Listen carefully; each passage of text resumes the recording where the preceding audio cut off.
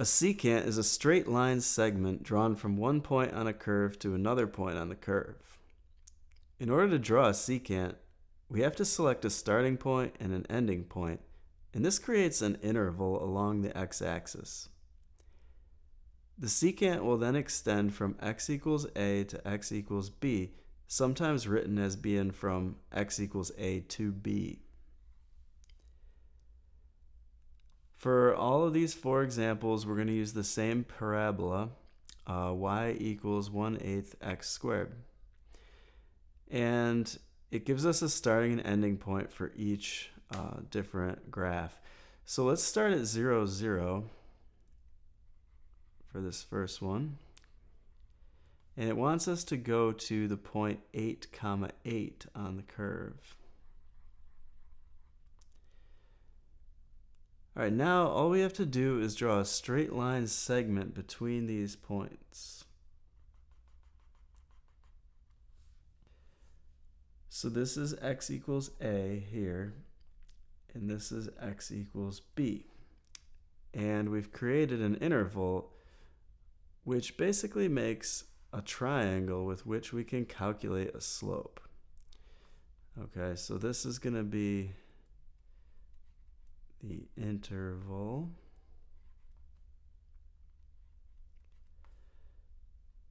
And it is also the run of our slope triangle, and this is going to be the rise. And we're asked to calculate the slope of the secant. So for that, we'll calculate it with this formula. Delta y over delta x. So that's going to be 8 over 8, which is 1. So the slope of that secant line is 1. Now, why is a secant line useful? Well, it's an approximation of the slope of the curve itself. Now, at different points on this curve, we have different slopes. Like if you're walking up the hill here, it's not too steep of an incline. But as you get up to this point, it is quite steep. And what's actually happening here is the slope of the curve is changing all the time. And so in order to approximate the slope, that's why we draw the secant, so that we can get a slope that's in the middle of those two extremes, basically.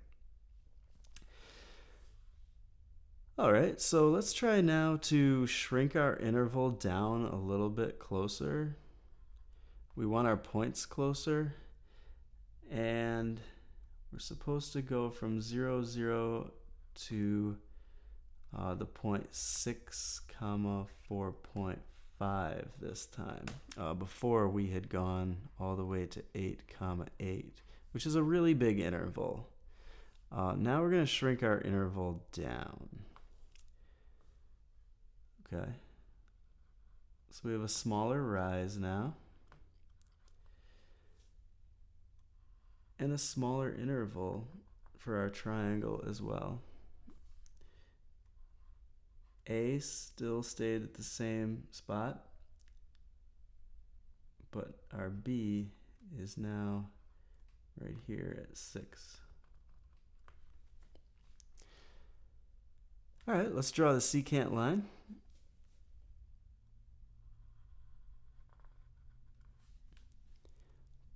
Does it look like the slope has changed?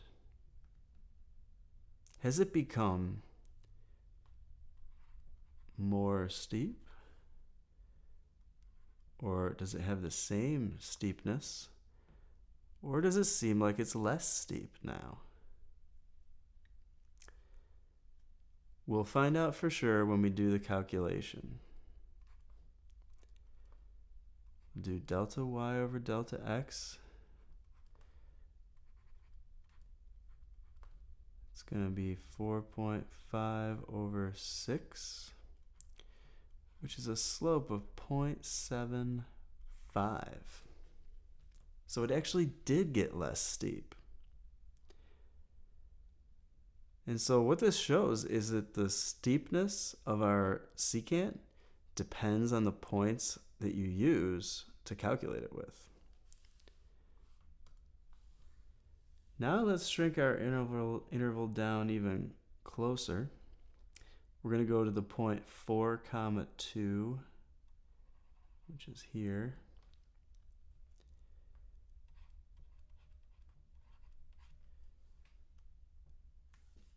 All right. Our interval is smaller.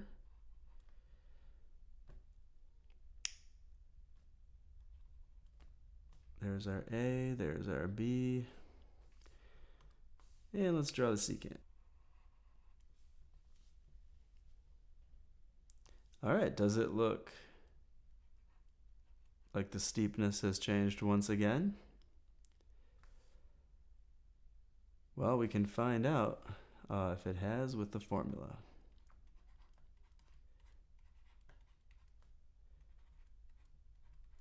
Our rise is 2. Our run is 4.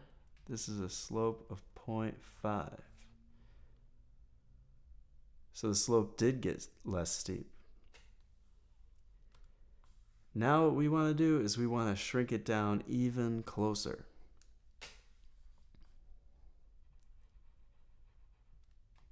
We want to go to a point that's very close to the origin.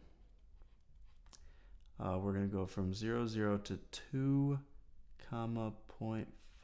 That's this point here.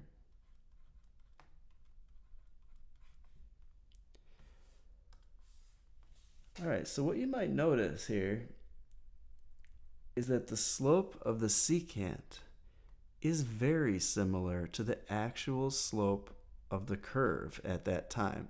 And that's what happens when you shrink 2 points on a curve really close together and calculate a slope between them.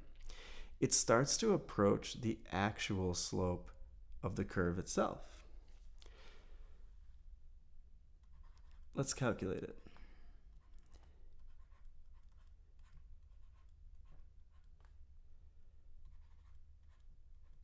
We're going to get 0.5 over 2, which is 0.25.